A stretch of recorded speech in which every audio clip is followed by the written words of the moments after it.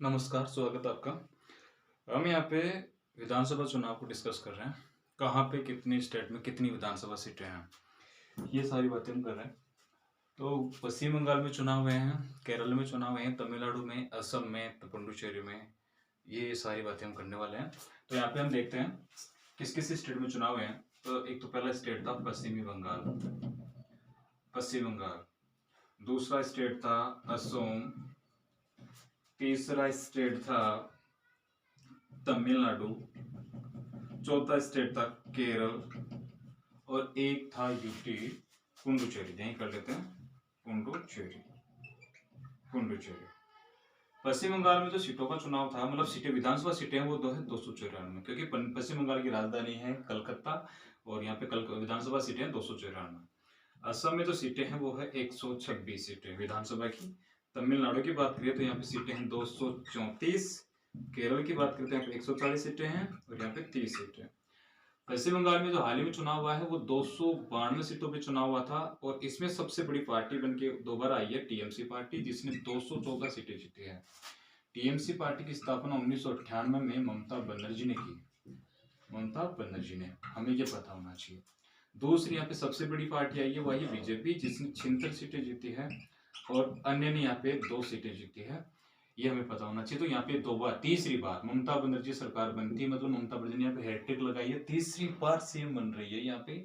और यहाँ पे पश्चिम बंगाल के जो राज्यपाल हैं तो जगदीप धनखड़ हैं। जगदीप धनखड़, पता होना चाहिए, धनखड़, धनखड़, जगदीप धनखड़ है। और यहाँ पे तीसरी बार सीएम बनेगी ममता बनर्जी। टीएमसी पार्टी ने यहाँ पे 200 सीटें जीती है। 2 सीटों पे चुनाव नहीं हुआ क्योंकि यहाँ पे जो कैंडिडेट थे वो उनकी कोरोना के कारण मृत्यु हो गई है। तो ये पता होना चाहिए। आगे देखो, असम, यहाँ पे 126 सीटें हैं, जिनमें 77 सीटें तो जीती है बीजेपी ने और यहाँ पे 47 सीटें जीती है कांग्रेस ने और 3 अन्य सीटें, अन्य पार्टी ने सीटें जीती है। तो यहाँ पे बीजेपी की सरकार बन रही है और यहाँ पे असम के जो राज्यपाल हैं जगदीश मुखी हैं, जगदीश मुखी। और यहाँ पे दोबारा सीएम बनेंगे सर्बानंद सोनोवाल, सर्बानंद सोनोवाल। तो ये पता होना चाहिए। असम, जिसका नाम पहले असम था, असमान भूमि के कारण, जिसको ज्योतिष परिया कामरूप भी कहते हैं। तमिलनाडु, तमिलनाडु पे 200 सीटों पे चुनाव था। तमिलनाडु पे 200 सीटों पे चुनाव था और यहाँ पे 2 पार्टी है। एक तो DMK party, DMK, Dravida Munnetra Kazhagam, जिसका हिंदी में मतलब होता है द्रविड़ प्रगति संघ। द्रविड़ प्रगति संघ, मैं बात कर रहा हूँ द्रविड़ प्रगति संघ, डीएमके पार्टी की बात कर रहा हूँ। इसने 152 सीटें जीती है, 152 सीटें। और इसी के साथ एक और पार्टी थी, मतलब अलग विपक्ष, AIADMK, जिसका मतलब होता है ऑल इंडिया अन्ना द्रविड़ मुनेत्र कड़गम। और इस पार्टी ने जो सीटें जीती है वो जीती है 79। और एक और पार्टी थी कमल हासन की, जिसका नाम था MNM, जो कमल हासन की पार्टी थी, सुपरस्टार तमिलनाडु के फिल्मों के। और एक अन्य पार्टी पे यहाँ पे सीटें जीती है 3 सीटें, पता होना चाहिए। तो डीएमके पार्टी, ये आपके लिए नया होगा तो इसकी स्थापना आपको पता होना चाहिए। डीएमके पार्टी की बात कर रहा हूं मैं, 1949 में डीएमके पार्टी की स्थापना की थी CN अन्नादुरई, अन्नादुरई, CN अन्नादुरई। 1949 से स्टार्ट है पार्टी। AIADMK पार्टी बाद में आई थी, इसकी स्थापना हुई थी 1972 में और इसकी स्थापना करने वाले थे MP रामचंद्रन, MP रामचंद्रन, ये पता होना चाहिए। तो यहाँ पे डीएमके पार्टी की सरकार बन रही है तमिलनाडु में। तमिलनाडु के जो राज्यपाल हैं उनका नाम है बनवारी लाल पुरोहित, बनवारी लाल पुरोहित। तो यहाँ पे ये पता होना चाहिए। इसमें अगला स्टेट है केरल और मैं केरल की बात कर रहा हूँ। केरल में 140 सीटें हैं। केरल में 2 पार्टियां हैं, एक तो पता होना चाहिए आपको LDF और एक है UDF, left democratic front. D का मतलब डेमोक्रेटिक, लेफ्ट डेमोक्रेटिक फ्रंट, और एक है यूनाइटेड डेमोक्रेटिक फ्रंट। LDF ने यहाँ पे 97 सीटें जीती है और UDF ने यहाँ पे 41 सीटें जीती है और बीजेपी ने कोई सीट नहीं जीती और अदर्स ने यहाँ पे 2 सीटें जीती है। तो यहाँ पे मतलब केरल के अंदर LDF पार्टी की सरकार बनेगी। मतलब पहले चुनाव में है तो LDF का रिजल्ट यहाँ पे अच्छा है, 97 स्कोर किया है इसने।